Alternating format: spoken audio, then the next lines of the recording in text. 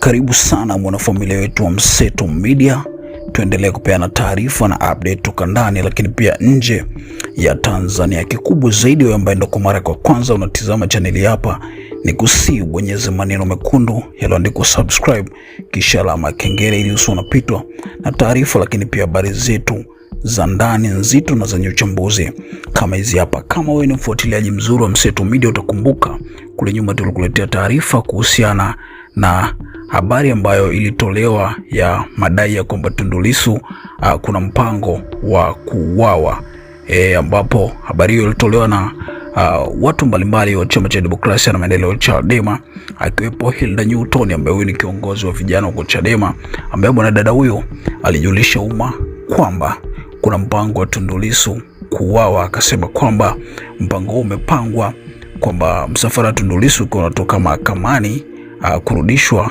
magereza, kuna mahali umepangwa kwamba pakifika utavamiwa, alafu askari watakuwa wanarushiana bunduki ya marisasi na wavamizi watakuwa pia ni maskari kutoka nje, na wale ambao watakuwa ndani ya gari na Tundu Lissu watampiga risasi, na kisha serikali itatangaza kwamba amevamiwa na kuweza kuuawa. Sasa taarifa hiyo hapo tulikuwekea hapa siku kadhaa huko nyuma, kama kuiona basi unaweza ukashuka chini kwenda kuangalia.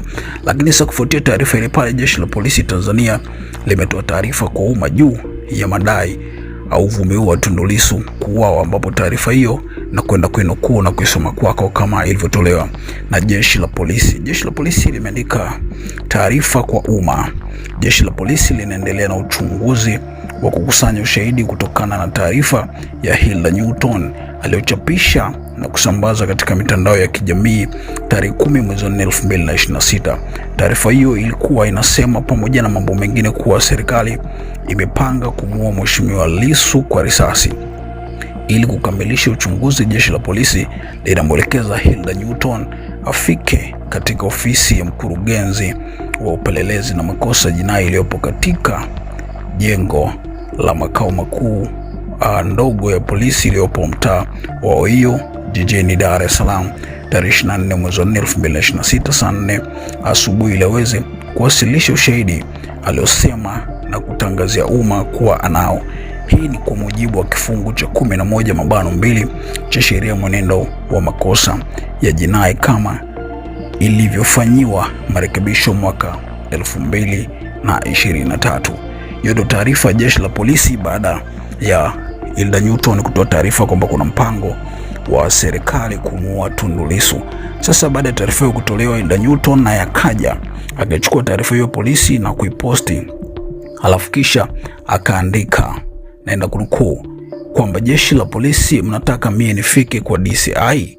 Mnataka nijilete kwenu nyie ambao Aprili 24 2025 mliniteka pale mahakama Kisutu, mkakaa na mimi Central Polisi, kisha mkanijazisha na kunisainisha fomu ili nijidhamini, alafu nimetoka tu nje mkanigeuka mkanikamata tena na kuniweka lock up.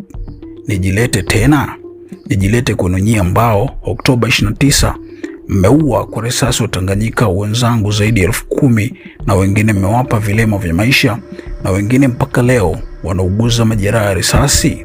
Nijilete kwenu nyie ambao mpaka leo mmeshindwa kuwakamata watu waliofanya jaribio la kumuua Mheshimiwa Lissu kwa risasi 37 Septemba 7 2017 kule Dodoma? Yaani mimi na akili zangu nijilete machinjioni, si hata mtoto wangu atanishangaa.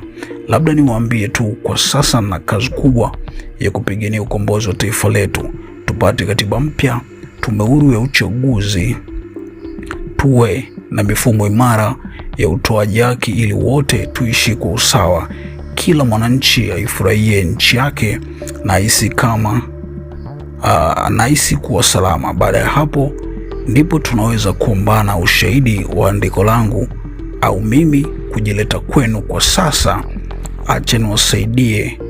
acha niwasaidieni kwanza kupambania mifumo ibadilike na kazi yenu itakuwa rahisi. Hata mimi nitawapa ushirikiano huo muda ukifika. Tofauti na hapo sijileti machinjioni ngo.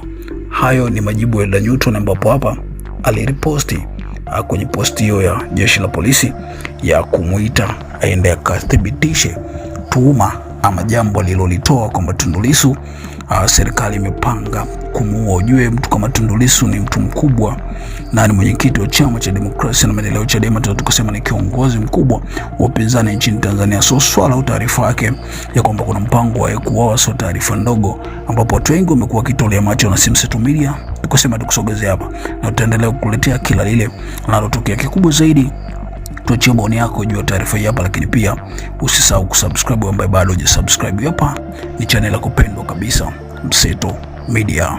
Hakikisha umesubscribe, comment, like na kushare. Mseto Media, we connect everywhere.